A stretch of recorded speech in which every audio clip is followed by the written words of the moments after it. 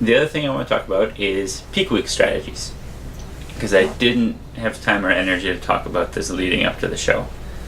So peak week is the week before the show. Traditionally in peak week, people do a lot of manipulations with their hydration. How much water are they drinking during the course of that week? How much salt are they putting in their body during the course of that week? And then how many carbohydrates are they putting in their body and when during that week? And also playing with just different calorie amounts for the week. It took me a while to decide what I was going to do in peak week, and I was humming and hawing, and I thought the original goal of this whole project was to be like, what would a normal average person be able to do with respect to bodybuilding without getting too crazy or doing any stereotypical bodybuilder stuff and dispelling some of the dogma that exists around what you have to do when you're a bodybuilder, what you have to eat. So I was going to say, originally, not going to do anything fancy in peak week. And I thought, well, I've come this far, wouldn't I do this little thing to give myself a bit of an edge? And then I looked into it. And Precision Nutrition has a protocol of playing with salt levels and water levels, and I was this close to doing it. And I read up on it, and I looked, and it's like 8 days out, you double your water consumption. So if you drink 2 liters of water a day, now you drink 4. And then 6 days out, you double it again. So now you're drinking 8 liters. And at the same time, you're starting to cut down your salt intake. And then 4 days away, you change things. And then 2 days away, you change things. And the day of the show, or the day before the show, you do something different. And the day of the show, you do something different. I was like, man, I can't imagine forcing myself to drink 8 liters of water if I didn't want to drink 8 liters of water. It's a lot. So I was kind of thinking, is that something I want to do? I'm not sure. And I kept looking into it, and I looked at people like Lane Norton and Eric Helms and what they had to say about it. And they essentially convinced me that I shouldn't do anything special in peak week. So your body, when you play with that salt levels, will essentially make up for it, because it wants to have a certain amount of salt in different places of your body, like inside your cells or outside your cells. It also wants to have a certain level of hydration, and it wants to have a certain ratio of both salt and water inside and outside of cells. So we think we're doing this big fancy manipulation with our salt and water content, and our body is just sort of figuring it out and compensating for what we're doing anyway.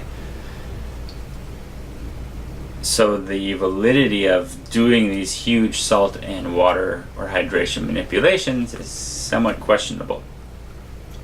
The other thing is, if you're not super lean already, whatever little advantage you might get from playing with your hydration and your salt levels, probably not going to make a big difference. The idea is you've been in this long haul game for, if we're looking at fat loss, for a lot of people, 5 months, 6 months for the bodybuilding, and then you think that what you do in 1 week is going to have a huge difference in your presentation of your body based on water and salt in a few days compared to 5 or 6 months of getting your body ready. So if you are super lean already, then maybe the change will be noticeable. And if you're not super lean, then the change is probably not that noticeable. I didn't realize how lean I was until I saw pictures from the stage. So I was thinking, well, I'm not even that lean anyway. Like, why am I going to mess around with what I've been working so hard for the last 5 months to just try this peak week protocol, and I don't know if it's going to work, and I don't know if I'll look better or worse or the same, and to me, it just wasn't worth the risk. Then I found out I was maybe at that level where it might have made a slight difference. But I'm pretty happy with the way I looked on stage based on what I did. And I didn't do anything special about salt or water. I just kept drinking the hydration and the normal amount of salt in foods that I've been eating for the last 5 or 6 months. What I did do was eat more carbs leading up to the show. So I didn't drop calories during peak week. I just kept them the same. So instead of doing something fancy in peak week, the idea was just hopefully continue to lose body fat leading up to show day. because I thought I needed to still, or would benefit from still losing body fat, because I didn't realize what it looked like. But show day was Saturday, so Thursday I ate more carbohydrates than I've been eating.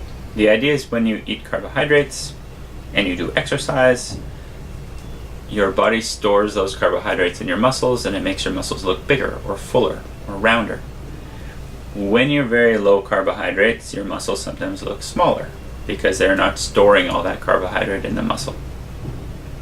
This is something that there is a fair amount of evidence for, unlike the water and sodium manipulation stuff.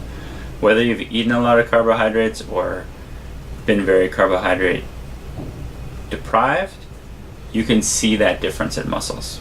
And I definitely saw it every time I had a refeed day. The next day or the next 2 days, my muscles were bigger and rounder and fuller looking. So I knew that this was a thing. The challenge for peak week was, how many should I eat, or how much should I eat? So I ate a moderate amount on the Thursday, and I looked at myself on Friday and said, well, is this as full and round as I look after a refeed? And the answer was not quite. So on Friday I ate even more. And then I prepared myself for Saturday morning. How full and round do I look? Is this similar to what my muscles look like after a refeed? And we were pretty close. So I just had some carbohydrates on, more than normal carbohydrates on Saturday as well, just to sort of keep it up there. That show day, slight, I don't know how much change I would be able to affect day of, but also with that in mind, I made sure that I ate a really good breakfast of what I normally eat, which has lots of carbohydrates in, because it's like 1.5 cups of oats and lots of milk and stuff. So I did that, and I think that gave me the fullness in the muscles that I was hoping for. But that's all I did in peak week. It's what they would call a traditional backload peak week, where at the end of the week you add carbohydrates to fill in the muscle. There are other things too. Sometimes you do a front load, so you get nice full round muscles from eating carbohydrates in the beginning of the week, and then you monitor your carbohydrate consumption during the week to maintain that fullness. Or you get full in the beginning of the week, you let yourself come down, and then you refill towards the end of the week. It seems like a lot of work and monitoring from my perspective, but if you've done multiple shows, or if you do multiple shows, then you can tinker with these things and see what's the best you can possibly get. And you have something to test it against. What did I do last time? What am I going to do this time? So for this pro show, am I going to do something differently? I don't know. I have a year to think about it. With respect to peak week, I'm fairly happy with the way I look this time around on peak week, so I imagine I will do about the same. But that was the peak week chat that I wanted to have. And thanks for tuning in. I'm going to do, I think, one more video in this series, and that's just to sort of wrap everything up. Knowing that I'm going to do a pro show, I want to go over things that I learned, things that I struggled with, or things that I found difficult, things that I found easy, things that I enjoyed, and then how am I going to use that information to hopefully put a better physique. I would say hopefully, but to put a better physique on the stage at the pro level, and then just sort of wrap it up. Okay? We'll see you next time.